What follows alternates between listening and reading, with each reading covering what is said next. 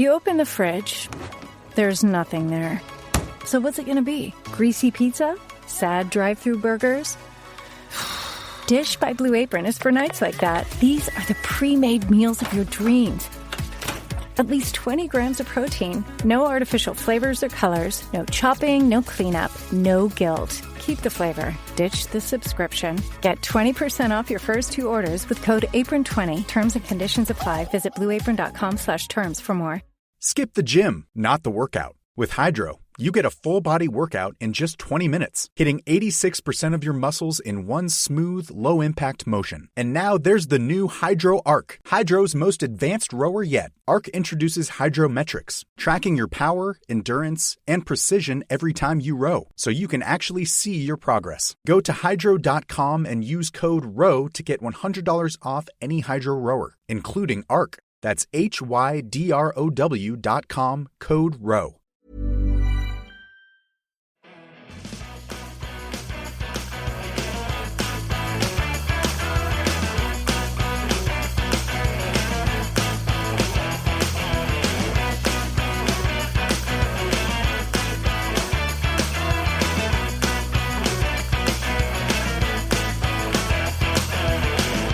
Hello, everyone, and welcome to Kilowatt, a podcast about electric vehicles, renewable energy, autonomous driving, and much, much more. My name is Bodie, and I am your host.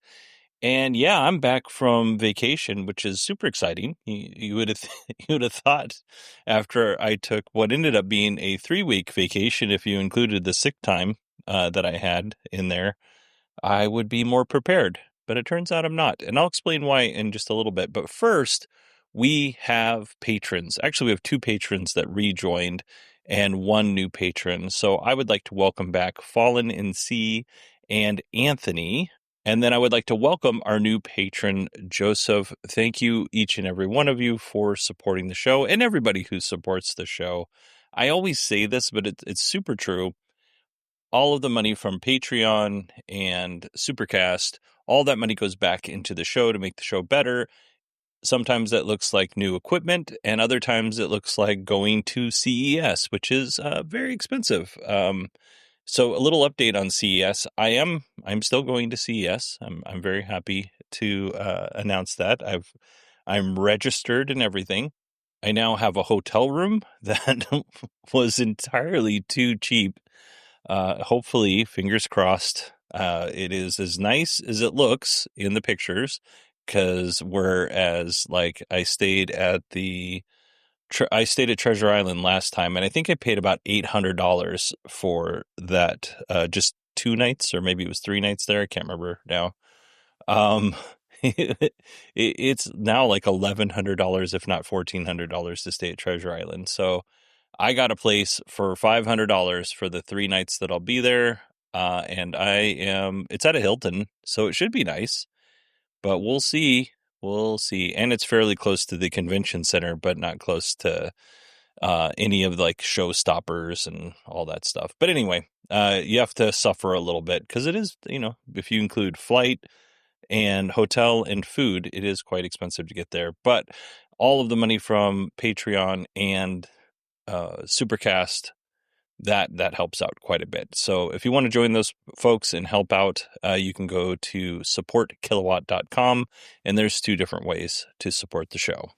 But thank you again to Fallen in Sea, Anthony, and Joseph. Now, back to my mini vacation. We went for a week, so I guess it was a vacation.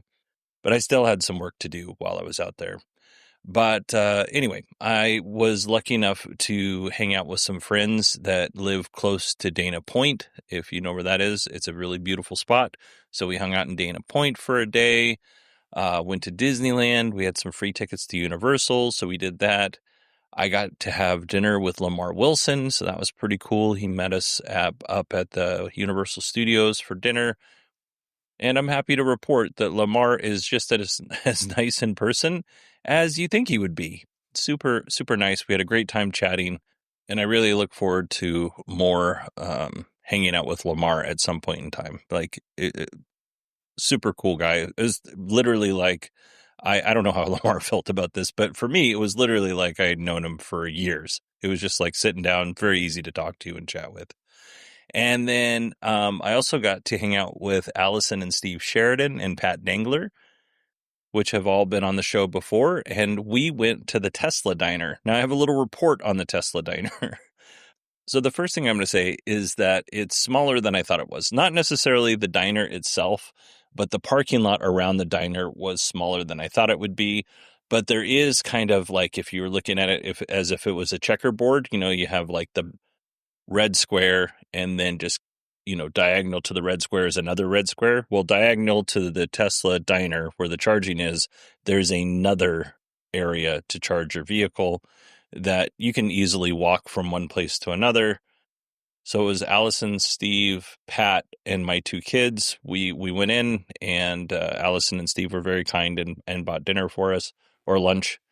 But we went in, and you order off of a little tablet, and then you get your drinks. And they have, like in LA, you get the paper straws, which nobody likes. Even people who don't want plastic straws in the world like paper straws. But Tesla gives you bamboo straws, which based on this, I didn't know bamboo straws were a thing, but based on this, anytime I go to California, I will have a box of bamboo straws in the car because they actually worked out pretty well. Anyway, back to ordering the food. You order through the tablet, you get your drink and your straw, your bamboo straw, and then they text you when your food's ready. So we walked up to the rooftop dining area, which was really cool. I mean, it's mostly surrounded by apartment buildings and it's in the middle of a big city. So it's not like you're not looking out over, vast fields, it's in the middle of the city. But it's still a really cool vibe, and there's different versions of the Optimus robot as you walk up the stairs.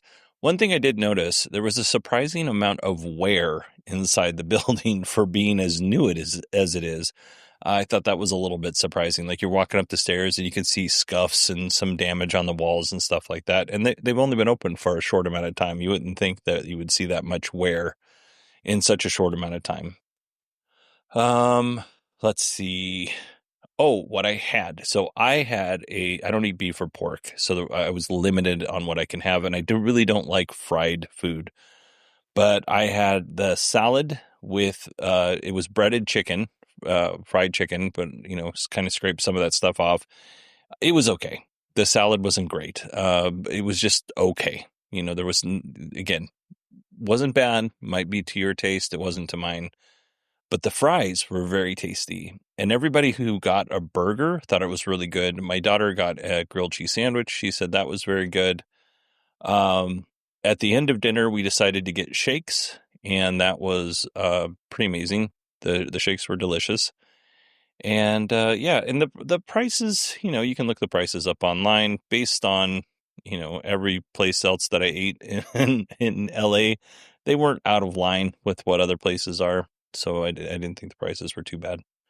But the best thing about the Tesla Diner was getting to hang out with Allison, Steve, and Pat and just kind of having time to just chat. And I don't know how long we were there. I think it was definitely over an hour, but it didn't feel like we were there for very long at all. Now, what did feel like a lot was we were staying in Anaheim, so it took 45 minutes to drive to the Tesla Diner, which is fine. I actually like to drive, so it doesn't bother me. It took us 2.5 hours to get home, though, which was not the worst thing ever, but it was also, stressful. So, would I go to the Tesla Diner again? Yes. Would I make a special trip that was, if I knew it was going to be 3.5 hours round trip, or, right around there, I probably wouldn't do that for a burger. But I'm glad that I got a chance to go, and I'm glad that I got a chance to sit and hang out with Allison and Steve and Pat. Oh, yeah, and it's been a while since I've talked to you folks, so sorry. I've got a lot. So on my first day of vacation, I was scheduled to go get my shingles vaccine. And I was told that 15% of people who get their shingles vaccine will have, mild flu-like symptoms the next day. Well, I was sick during a lot of my vacation. I had a really bad cold, and I honestly didn't want to feel worse. So I was like, you know what? I'm not going to get my shingles vaccine. I have a doctor's appointment scheduled. I'll get my shingles vaccine when I get back from vacation. So on Friday, I went in. I got my shingles vaccine. They're like 15% of people get flu-like symptoms. I said, I know. They said, maybe you'll be in the 85% and won't bother you. I said, great. They gave me my shot, came home, did my second job, cleaned up the house. I felt like I was doing really well. I was prepping for this show at 9:30 and at night on Friday night, and I started to feel a little sick. And I was like, oh, well, maybe I'm starting to feel that, maybe I'm starting to have some symptoms of the shingles vaccine. And then by 9:15, like my body was on fire with pain, like not the worst pain I've ever felt in my life, but I did not feel well at all. I dragged myself upstairs. I went to sleep. Like everything hurt. My back hurt. My legs hurt. My arm hurt because the shingles vaccine hurts when they give you the shot, but my arm hurt. And it was not a pleasant experience. So I was like, okay, well, maybe I'll be better when I wake up in the morning. I was not. I was better, I guess, better than I was before I went to bed, but I was not better in the sense of I'm ready to spend the rest of the day, out hiking. I was better in that I could do small things and then go lay down and rest, and then do some small things and lay down and rest. So it was an eye-opening experience. Even this morning, when I woke up this morning, like I went to bed last night at 7:30 and I woke up this morning at 8, and I could have slept even longer. So while I encourage everybody to go get your shingles vaccine if you're over 50, because I am over 50 and I needed to get it, and your pneumonia vaccine, I encourage you to do that. I would not do it on a day that you have to record a podcast. That was a huge mistake. Or actually, this would have been a better way for me to go, is to actually get the shingles vaccine, record the podcast, and then save the work, like the housework, until later. And that way, when you're sick, you don't have to do it. That probably would have been the better way to go. Anyway. All right. So I've talked for 11 minutes. Let's go ahead and jump right into the news. While I was away, GM announced the new Chevy Bolt. The exterior looks a lot like the Chevy Bolt EUV, it just slightly updated. I'm happy to report that it does have one pedal driving. You can get Super Cruise for it, but if you don't buy the car with the Super Cruise option, which requires additional hardware, there's no way to upgrade it later. So not like a Tesla, when you buy a Tesla and you can just add on full self-driving whenever you feel like it. That doesn't work that way with the Chevy Bolt and Super Cruise. You have to get a car that already comes with the hardware. There is no frunk for this new vehicle, which is a real disappointment. 255 miles of estimated range. That has not been EPA rated yet. 65 kilowatt hour battery. So based on that battery size, I feel like 255 miles of range is probably accurate. But it is an LFP battery. NACS charging adapter. And the charging is actually pretty decent. It's 150 kilowatts of DC fast charging. This is significant because the original Chevy Bolt's DC fast charging was an abysmal 50 kilowatts, so 3 times as fast. So that's great. The starting price is $29,990. Obviously, there are going to be more expensive trims with better specs, but if you want an EV for under $30,000, that's the way to go for sure. Now, one thing about this car is that GM said they're doing a limited run, and they haven't really explained what that means. Are they doing it for a certain period of time, which seems irresponsible financially, especially if the car sells well? Are they only, creating 100,000 of these cars and then they're going to stop? Nobody knows exactly what a limited run means. We do know they only have one production shift at one of their factories in Kansas. So, yeah, I'm glad I'm glad the Chevy Bolt is here. I actually thought it was going to cost a little bit less than $30,000. I thought it was going to be around $25,000, but $30,000 in today's day and age, I'll take that as a win. I am interested to hear how owners feel about this car once they buy it and they're able to drive it around for a little bit. because original Bolt owners, by and large, love their car. So I don't have any reason to believe that the updated Bolt, they won't love that as well. The only thing that might cause a problem is the new Bolt doesn't have Android Auto or Apple CarPlay. It's got GM's infotainment system in there, but I don't think that's the end of the world. Next up, sticking with GM President Mark Royce talked to the Inside EVs Plugged In podcast. And they were talking about why we don't see mid-size battery electric EV pickup trucks, like the Chevy Colorado or the Ford Ranger, that kind of thing. And one of the reasons that was cited was that battery costs are high, right? Car companies can charge more money for a larger pickup truck than they can for a smaller pickup truck. So it makes more sense to make the larger pickup truck an EV because you make more profit that way. The other thing that Mark said was that there's not enough packaging space to hold a battery pack that's needed for the duty cycle of that truck. So it kind of from a financial standpoint, it doesn't make a lot of sense. And then there's also not a lot of room for your typical, let's say, cylindrical cell type battery cell. So Royce thinks they have a solution in the lithium manganese rich prismatic cells, and just because it's easier to stack those prismatic cells in a battery pack in the form factor of a medium-sized truck or a medium-sized SUV. And GM is developing these with LG Energy Solutions. We've talked about this in the past.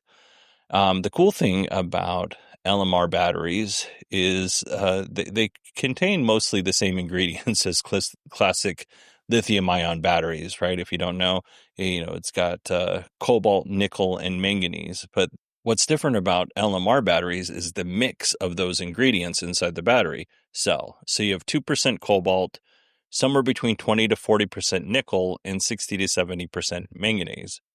Nickel and cobalt are pretty spendy, whereas manganese not as much. GM is claiming that the LMR prismatic cells may cost less than the LFP battery cells that lower cost EVs use. Now, that might be the case in the future. We'll see. I don't think that's going to be the case in the near future. So we'll take a look at that as they start rolling out. GM is planning to use these LMR batteries in all electric SUVs and trucks starting in 2028. And then our last story in the EV section, Autoblog put together the 10 best-selling EVs in 2025. We should say some so far. Some of these are estimated. Tesla doesn't break out the Model 3 and the Model Y sales, for instance. Cybertruck is smashed in with Model S and X sales. So we don't, some of this is estimated is what I'm trying to say, but they're probably pretty close. So the Chevy Blazer EV is number 10, and it has sold 20,825 units this year. The Cybertruck has sold just a little over 22,000 units, which in 2025, that actually surprises me. There was a story that SpaceX and one other of Elon's companies was planning on buying some Cybertrucks that they couldn't sell. So we'll see what that number looks like at the end of the year. The ID4, the Volkswagen ID4, was number 8 at 22,000 vehicles, just over 22,125 to be specific. The F-150 Lightning sold 23,034. The Honda Prologue sold 36,553. And I saw a Honda Prologue today. I was like, what is that electric car? And it was a Prologue. The Hyundai Ioniq 5 sold 41,091 vehicles. The Ford Mustang Mach-E sold 41,962. And the Chevy Equinox EV sold 52,834 to gain the number 3 spot. Now, we can all guess what number 1 and number 2 are. The Model 3 is number 2 at 130,700 EVs sold in 2025. And the Model Y is 232,000 EVs sold. Now, I'm wondering, now that I'm here and talking to you, if this isn't just the North American sales and not the worldwide sales, because it seems like that those numbers might be a little low for the Model 3 and Model Y, but it also would not be fair to combine all of the international sales if everything else is North American. So I'm going to assume that's the case. Why does every recipe I try need 18 ingredients, including a jar of something paste I'll never use again, but will sit in my fridge for 9 months? I just want dinner in the oven, fast. That's why I love Blue Apron's new one-pan assemble and bake meals. They send you fresh ingredients that are already chopped. All you do is put it all together and bake. That's it. No chopping, no weird leftovers, just delicious, easy-to-make meals. Get 20% off your first 2 orders with code APRON20. Terms and conditions apply. Visit blueapron.com/terms for more. Skip the gym, not the workout. With Hydro, you get a full-body workout in just 20 minutes, hitting 86% of your muscles in one smooth, low-impact motion. And now there's the new Hydro Arc, Hydro's most advanced rower yet. Arc introduces Hydrometrics, tracking your power, endurance, and precision every time you row, so you can actually see your progress. Go to hydro.com and use code ROW to get $100 off any Hydro rower, including Arc. That's HYDROW.com, code ROW. How do more than 100 million Fortnite players join the battle without lag? AWS is how Epic Games scales up to keep them in the action. AWS powers next-level innovation for millions of businesses. Let's go ahead and move into our Tesla news. Tesla launched the standard Model 3 and Model Y. While I'm really glad that these more affordable models were released, there's nothing exciting about them, and we're really not going to cover them here because I don't think Tesla's going to offer them for very long, and I don't think very many people are going to buy them because they're not that much cheaper than the Teslas that are better equipped, but cost a little bit more. And then if you're looking, let's say you can't afford a brand new Tesla for $48,000, Model Y for $48,000 or something like that, you can get a really nice used one that doesn't have that many miles on it for probably less than you can buy the standard for, and you get a better car. But anyway, let's go to our next story, which comes from not a Tesla app. Tesla may be phasing out the Tesla key cards. And I'm going to emphasize maybe because we don't know this to be true. But not a Tesla app noticed that Tesla removed the following sentence from their manual. Tesla provides you with 2 Model 3/Y key cards designed to fit in your wallet. That was removed just prior to the standard trim Model 3 and Model Y being announced. Now, I will be the first to admit that the Tesla phone app works amazingly well. Whether you have an Android or an iPhone, works great. But what happens when your phone battery dies? So I'm going to tell you a little story. And, this is my own stupid fault, but this is what happened. Shortly after I got my car, I was at a Safeway. I was, right around 5 or 6 miles away from my house. I wasn't paying attention to my phone battery and how low it was. And I was at the store, getting groceries or whatever. And then I went back and I noticed that I couldn't get into my car. And it turns out my phone battery was dead. And I was like, oh, well, that's no problem. I'll use my key card. Well, what I didn't realize is that I had locked my key card in my car as well. So I couldn't get into the car, and obviously I couldn't get to the key card. I wasn't able to call my wife because she was at work, and I didn't want to bother her with this. So I went to a restaurant, and the hostess charged my phone at her hostess stand, and then I was able to get enough charge to get me into my car. Not a big deal, right? Now, in a perfect world, I would have thought to grab my wallet out of the center console, but I didn't. The problem where this kind of runs into, the problem that you get with this, is that with the iPhone, you still need an internet connection to get into your car. With the Android phone, it's a little different because Android phones have NFC capabilities, or some have NFC capabilities, which allow you to unlock your car in the same way that you would unlock your car with the key card. The iPhone's a little different. It uses just the Bluetooth. Well, I'm sure it uses, there's probably more to it than just the Bluetooth, but it primarily uses the Bluetooth. And I'm sure the Android uses Bluetooth as well as that NFC chip.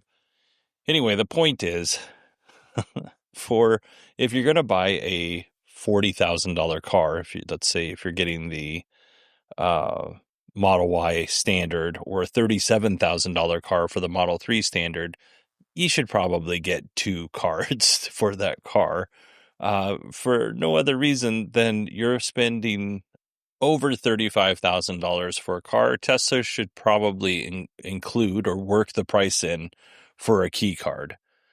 Tesla sells each of these key cards for $40, like $40 each, not $40 for a pair. So we can assume that Tesla is paying less than $40 a card and marking it up so that they make a little profit off of each card. For, argument's sake, let's say Tesla pays $30 per card. That's $60 per vehicle. You could probably raise the price of the vehicle by $60 and still give people the card. It's not that big of a deal. And based on my research, it actually probably costs closer to $10 for each of those cards. So, I don't know. The phone key is really reliable, but you should give people another way to get into their vehicle just in case something bad happens. Heaven forbid, in Arizona, when it's 118 degrees outside, your phone dies and you can't get into your car. And for whatever reason, there's nothing open or there's nowhere for you to go. There's a lot of rural areas in Arizona. You stop to go to the bathroom and then your phone dies. Next thing you know, you're in the middle of nowhere and you can't get into your car. That kind of thing. I think it's important that you have a backup. Now, could the same thing happen to somebody in that situation that happened to me at Safeway? Absolutely. But at least, the headline is worth $60 a car to say, hey, we gave them an extra card key just in case that happens. All right, our final story here. Tesla is rolling out FSD 14.1.2 to owners in the early access program.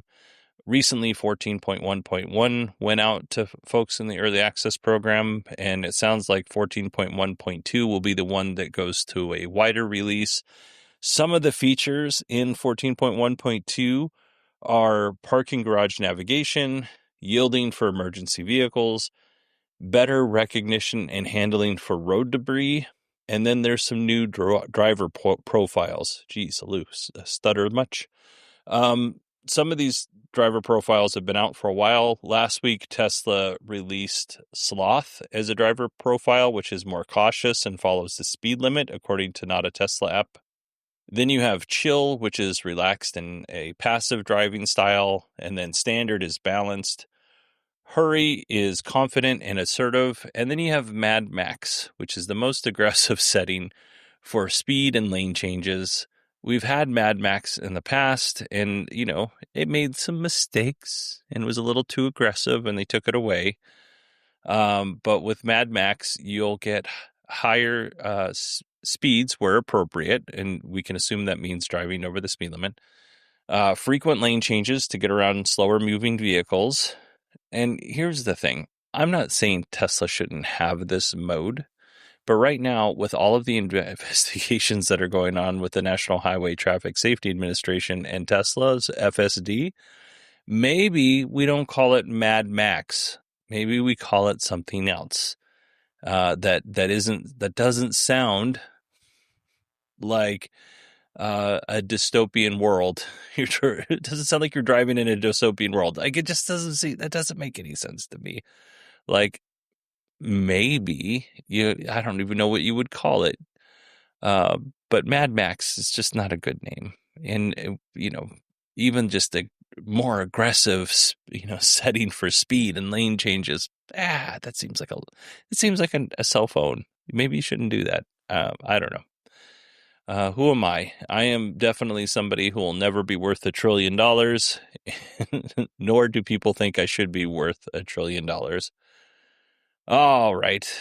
That is it for me, folks. I know this seemed like a weird one. It was a weird one for me, but hopefully you enjoyed it. And I'm looking forward to being back this week. Tesla's earnings call is on Wednesday, which, kicks off earnings call season, fall season, I guess.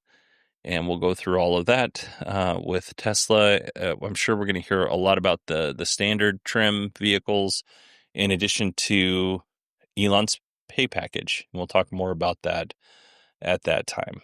All right, everybody, if you want to email me, it's Bodie, BODIE at 918digital.com. You can find me on X at 918digital, and I'm also on LinkedIn. You just search for Bodie, BODIE, and Grimm, 2 M's. I hope you had a great weekend, and I will talk to you on Tuesday. Actually, I'm going to talk to you on Tuesday with news. It might be shorter than 20 minutes. And then on Friday, that'll be the Tesla earnings call. All right, everybody. Thanks so much.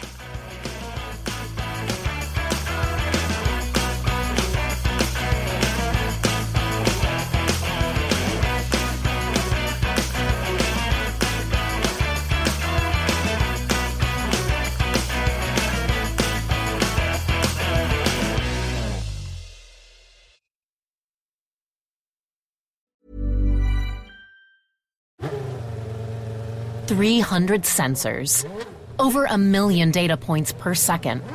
How does F1 update their fans with every stat in real time? AWS is how.